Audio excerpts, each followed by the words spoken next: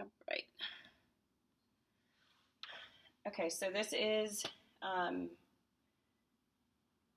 the drawing of the image that I have for the portrait, and you guys can see I've kind of locked in like where the highlights are going to be, so I don't have to look at the reference too many times. And I'm going to leave some of this burnt sienna color coming through. I think I might start working in these like background areas just to kind of start building up the values of the painting. And I'm going to show you guys this the palette really fast. So I have all the skin tones that I'm probably going to need, and then I have some just other colors. And it looks like, honestly, I didn't really mix quite enough light enough values. So I'm going to do that really fast.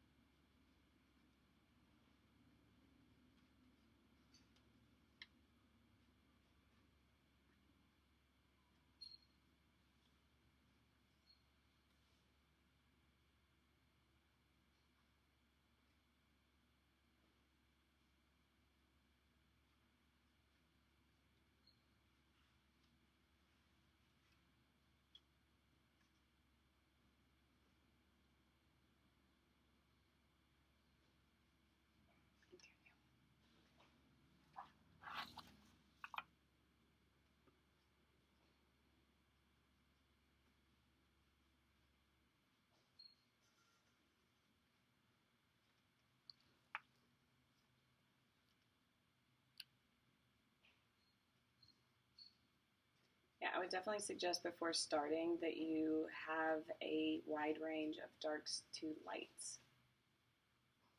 That way you're not having to stop and mix as you're painting, which, I mean, you'll have to do to an extent, but the less you have to do, I think the easier.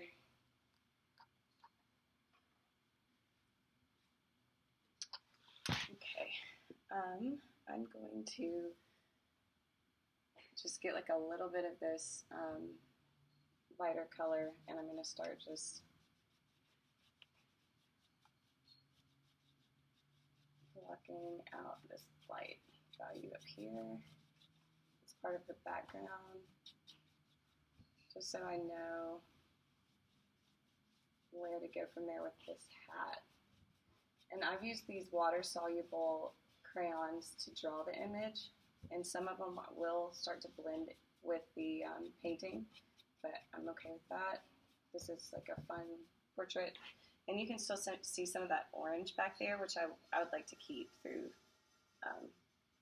probably the whole thing, because it'll just kind of help tie the colors together. And I'm going to do the same color over on this side. This color is super opaque, so it's not going to show a lot of the color behind it, the burnt sienna, but I'm just roughing it in there. So there's a curve of his hat right here.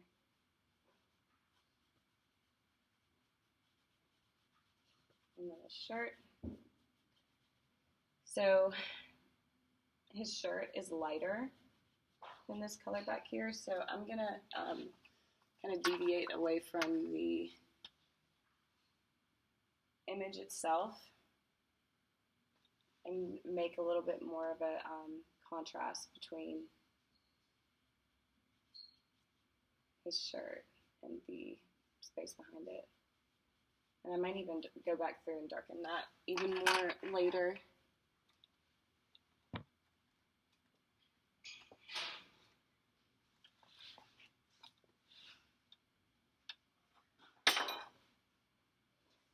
you want the image to come forward off the page, so you want the things behind it to be cooler or darker or both.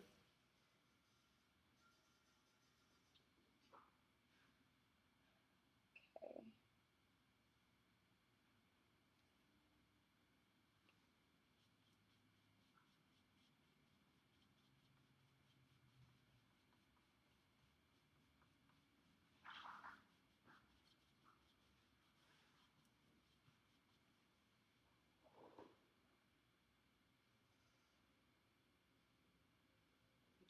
Now I'm going to start to add some darker areas in his hair right here. I like to paint from dark to light. So this is like the shadow under his hat, kind of where his hat meets his hair.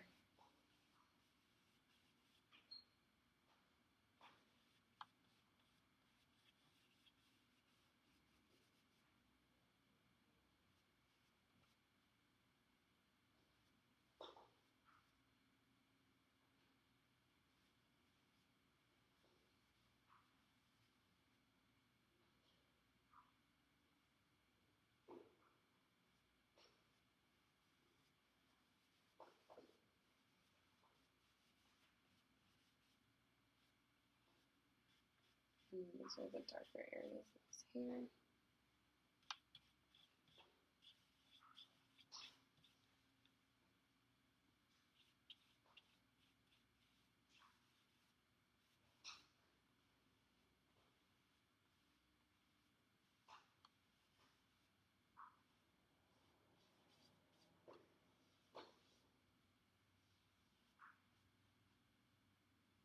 This area is really dark back here.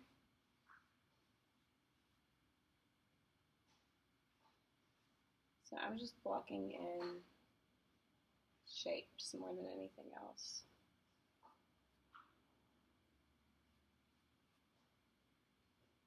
And like we've discussed before, kind of staying away from lines.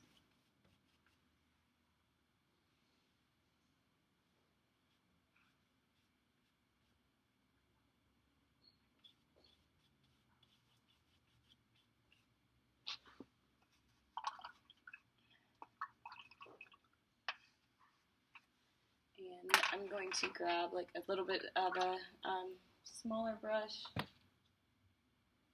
because a lot of these, the darker areas in the face are detailed. Small, like the nostrils and the pupil. And I don't have any black on my canvas. I use, well, I guess I technically do. I mix some black with some brown because I don't really like using black. It's just like a really strong color that is kind of comes off as like really cold and unnatural. So I'm going to start just blocking in these shapes. These are his pupils, and there's a highlight in his eye, which makes it not a circle. And also, I mean, depending on which direction the eye's looking, it's usually not like this perfect circle. That's a way to stay away from making it look less realistic. And then we have these, like the corners of the eyes can get darker, and the lash line. Pay attention. I noticed that in a lot of like beginning portrait paintings, the eyelashes kind of become these like little individual lines, but there's really like this area of darkness. The closer to the lash line, the thicker they are.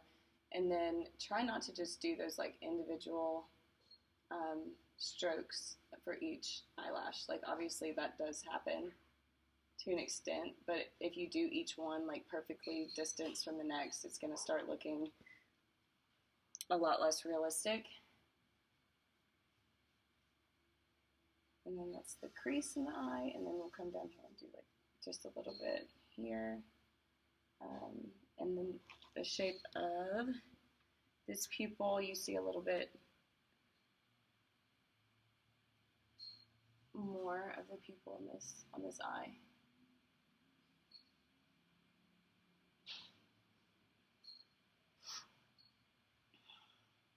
And then when looking at like the shape of the eye, depending on which direction it's looking in, it can change quite a bit.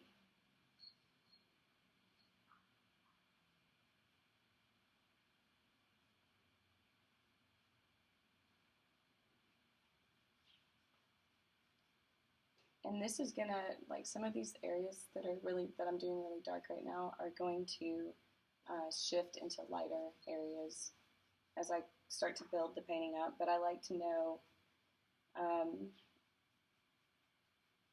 where these darker areas need to be.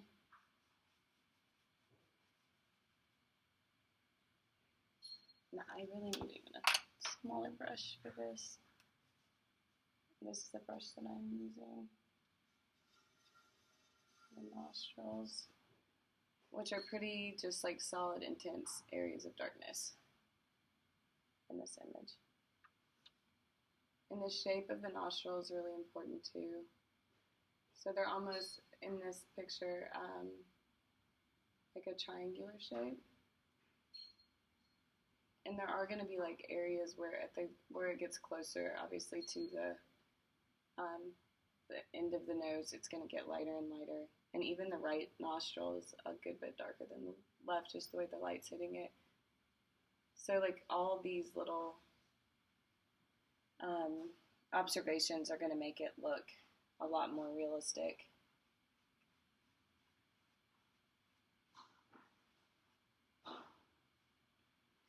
In my opinion, the nose is the hardest part to paint on the human face. You have to get all of the tiny little highlights right to make it look three-dimensional in the right way.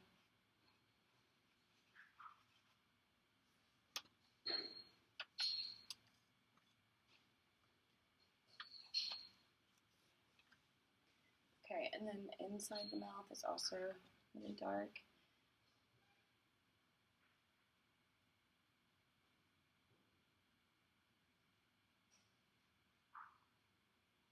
And his tongue is a little bit, it's like really dark except for where his tongue is, which is not a major concern of mine. We can obviously do it a little bit lighter, but I'm not going to focus on that.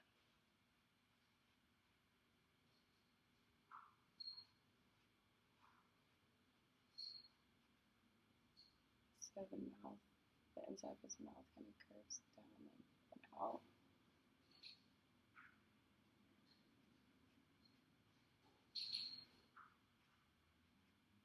Teeth are also really challenging. They are not little rectangles. And in this picture, I didn't really notice until I was like really looked at it for drawing it. He looks terrified, so I'm going to try to make him look like he's surprised happy. So I'm just going to kind of curve his lips up a little bit. And now I'm going to come in and just kind of do some of these like more loose, dark areas in his hair.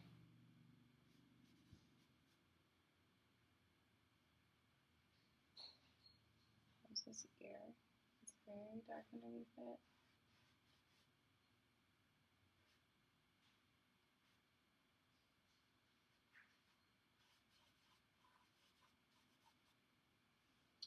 Okay.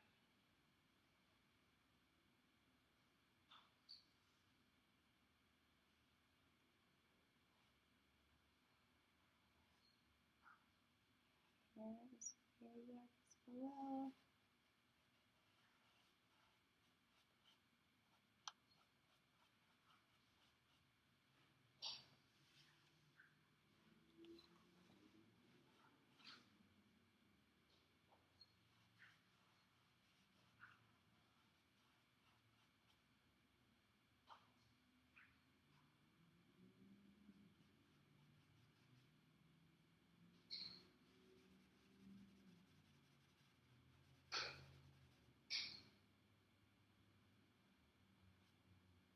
And I'm sure you guys have noticed that I kind of like work around and through the painting. I don't like to stick to one small area. It'll just at the end make it look really separated instead of like a harmonious piece.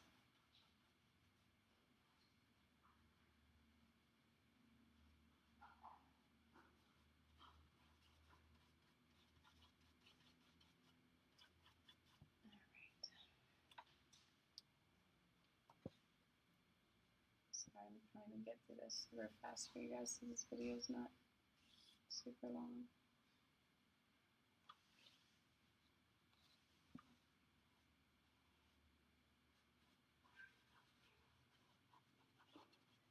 When you're painting, I don't know, I like to keep it kind of loose. I don't really want to like, some areas are a little bit different than others, but I don't know if you just try to be too tight, it looks kind of awkward and forced. I think that when I try to just paint a little bit more freely, my paintings tend to be stronger.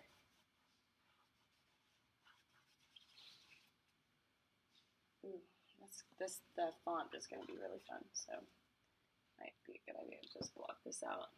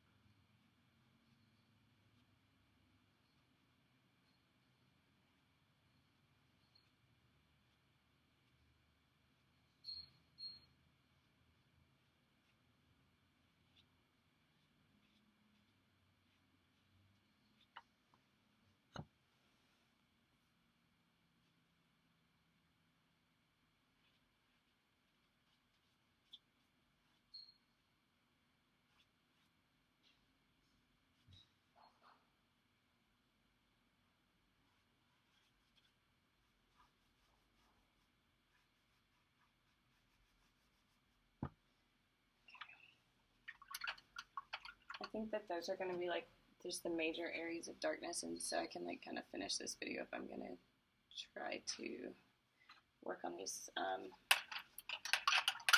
skin, his face.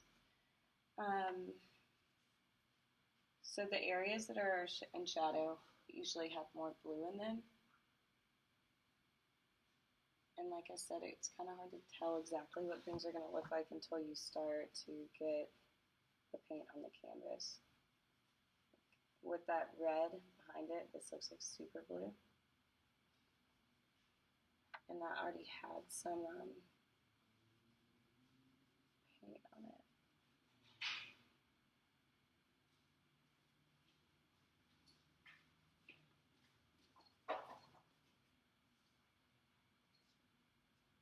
Mm-hmm.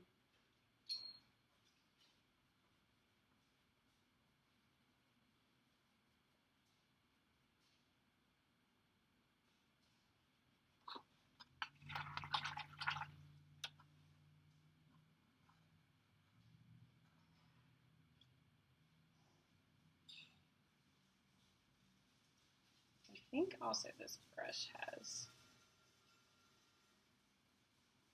blue in it.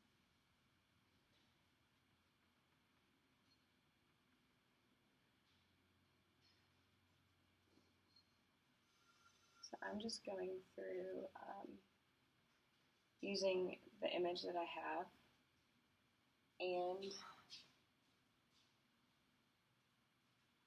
the drawing together so I can find the areas that are going to be like cool to warm.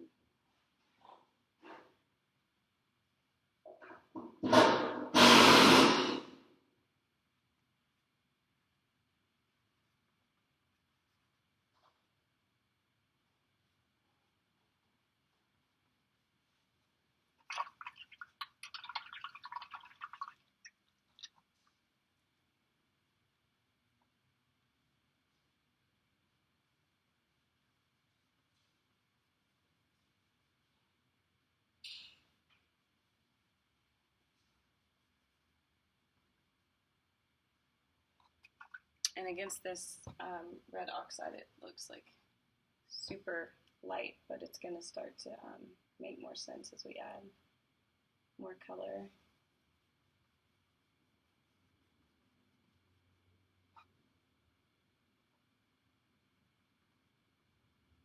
And it's probably going to take a couple different times of layering it. But it's okay. Right now I'm just laying down like the foundation essentially.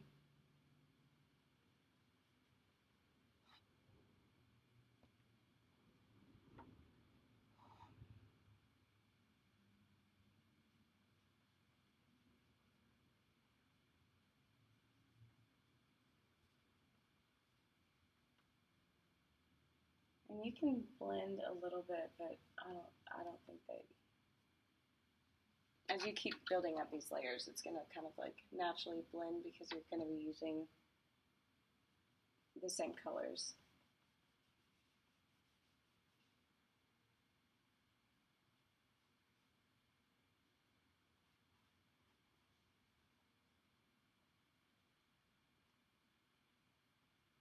Let's see. The blue's coming through from the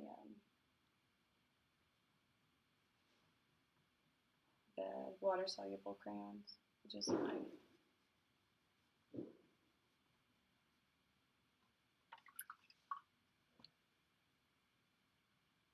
Those will disappear in the second layer.